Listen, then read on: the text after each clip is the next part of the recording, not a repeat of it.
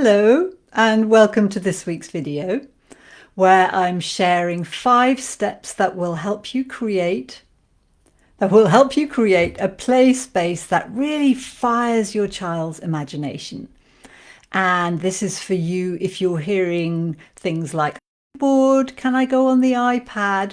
Or also if you just simply want your child to thrive, because good play is an essential part of a healthy childhood and a happy childhood. So if you like the sound of that, do stick around. And if we haven't met before, I'm Una and I help you create a deep soul bond with your child, because a deep soul bond is what leads to everything else that you want. So calm in the home, a resilient child, emotional health in the family, and a happy family, the happy family of your dreams.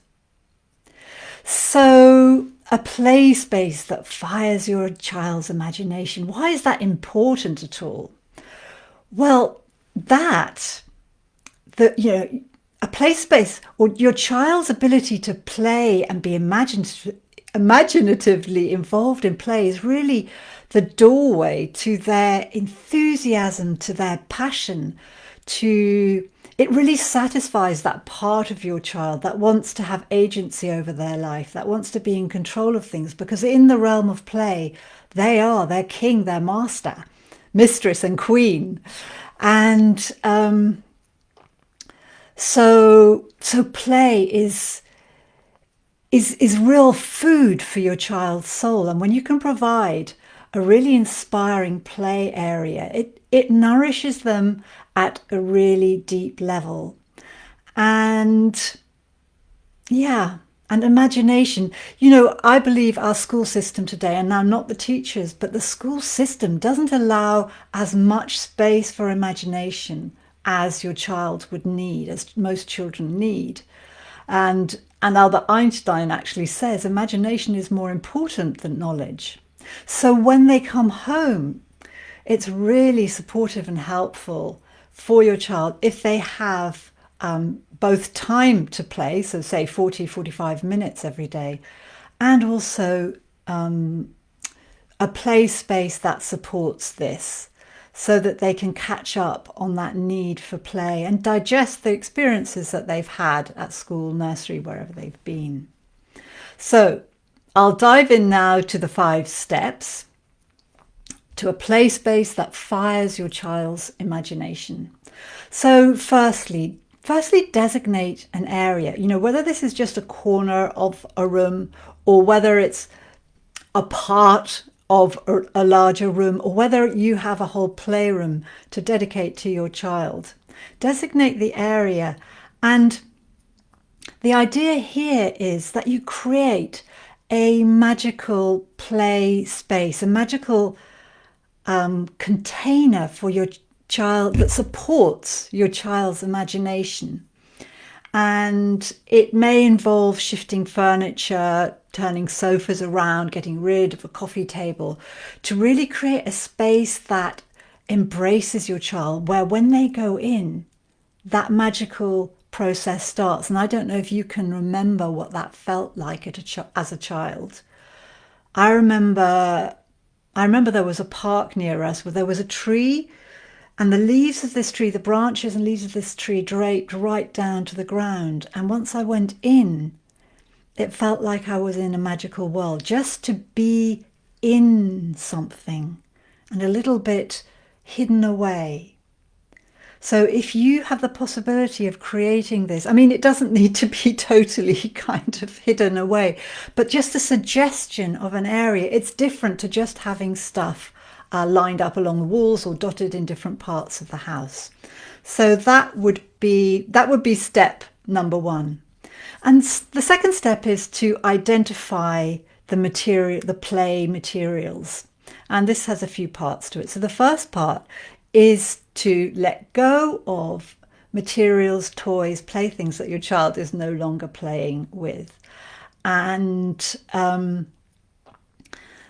this step alone can really fire up your child's play when they come back to a play area where only the favorite, the beloved things are visible, and the clutter has kind of been set away. It's like when you kind of go into a kitchen and everything is set up for cooking, or if you go to your cupboard and all the old dusty old clothes have been taken out, it just inspires you. So that's the first step. And it is important to be tactful with this. You don't want to kind of get rid of toys that your child may still have attachments to that you don't know about. So the best idea for this is to put things in a store, in an attic, in a garage, where you can still retrieve them if your child requests. Okay, so the first step is thinning out. The second step is to add in some loose parts to the playthings that are remaining. And loose parts, it's a whole play philosophy, and so I won't be going into it in much depth here. But basically what it is that you provide your child with materials that are not really toys, but they are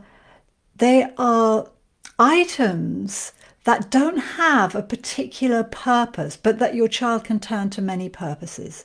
So it might be cardboard tubes, it might be shells, it might be clips, it might be cloths, it might be buttons, it might be marbles, or those flat kind of glass things. I can't remember what they're called. Containers or collections of things at all. And you make these available so that your child's play can go in different directions. And obviously use your good sense. You'll know what's safe for your children and your age of children, right? So those are loose parts. And then also include some craft materials. So here I'm talking about Play-Doh, crayons, paper, and rather than just the standard paper, if you can find or create paper that's different sizes, thicknesses, colors and shapes, and also glue, and also card and cardboard, just the plain old cardboard that things arrive in the post, and materials to connect things. So wire, soft wire, string, and tape, duct tape. And of course, again, make sure that this is safe, your children know how to use these things, or that you're close by. So yeah, those are the 3 steps for identify the materials, remove what's not being played with, add some loose parts, and include some craft materials.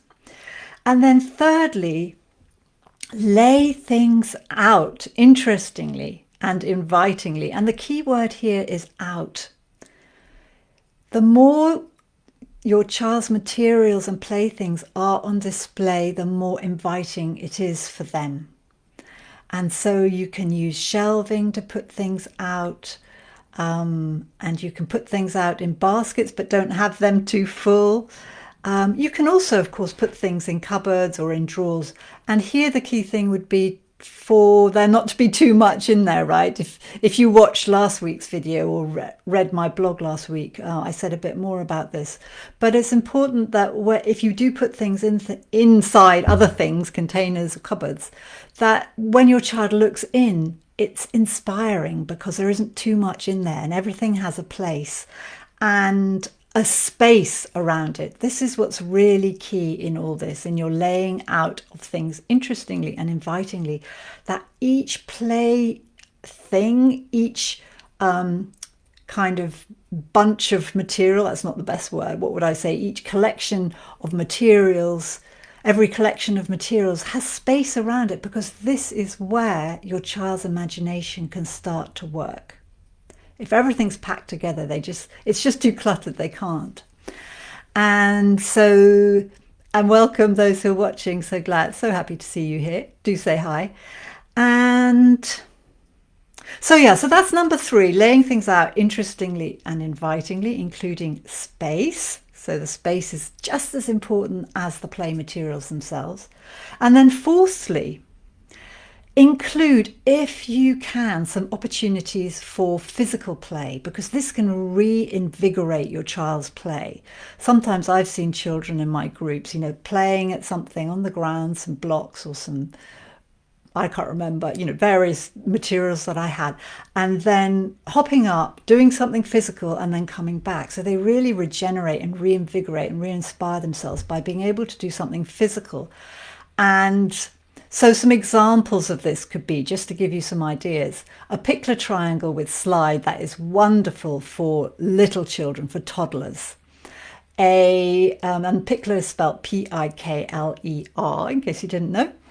And then for an older child, something like a wobble board, a balance board, or you can even get today amazing frames to put up the wall, or in the doorway you can get kits whereby children can climb up and hang and do things like that. And this is a real gift to an active child, to any child really, to offer opportunities for physical play. And, if all this feels too much and just not possible, just to have the space in the middle of the play area, which is uncluttered, or maybe you can even put a mattress there at times, that invites to play. The fact that there is space, without a coffee table in it, or without, grown-up paraphernalia. So I hope this inspires you. Yeah, and number 5 is simply observe. Observe the difference that these steps, observe how your child's play is inspired when you take these steps. And you can rotate toys by all means. If you have that, if there are enough toys that your child really enjoys playing with, that can be fantastic. And it can bring old toys into new relief when you do this. And what else was I going to say? Yeah, and the other thing that can even give you a lie-in sometimes is if you've got this nice play space in the middle, that you can put interesting combinations of things there that kind of go together, that inspire to play together, and leave it out for your children overnight. And then when they come in early in the morning, you can tell them that there's something for them to explore downstairs in the play area. So that can even get you a lie-in. So yeah, that is more or less what I wanted to share with you today. And yeah, so if you've liked this, if you've enjoyed it, do give me a heart or a thumbs up, or share with friends who might be grateful for some inspiration to rejuvenate and reinvigorate their children's play area. So lots of love to you. Bye.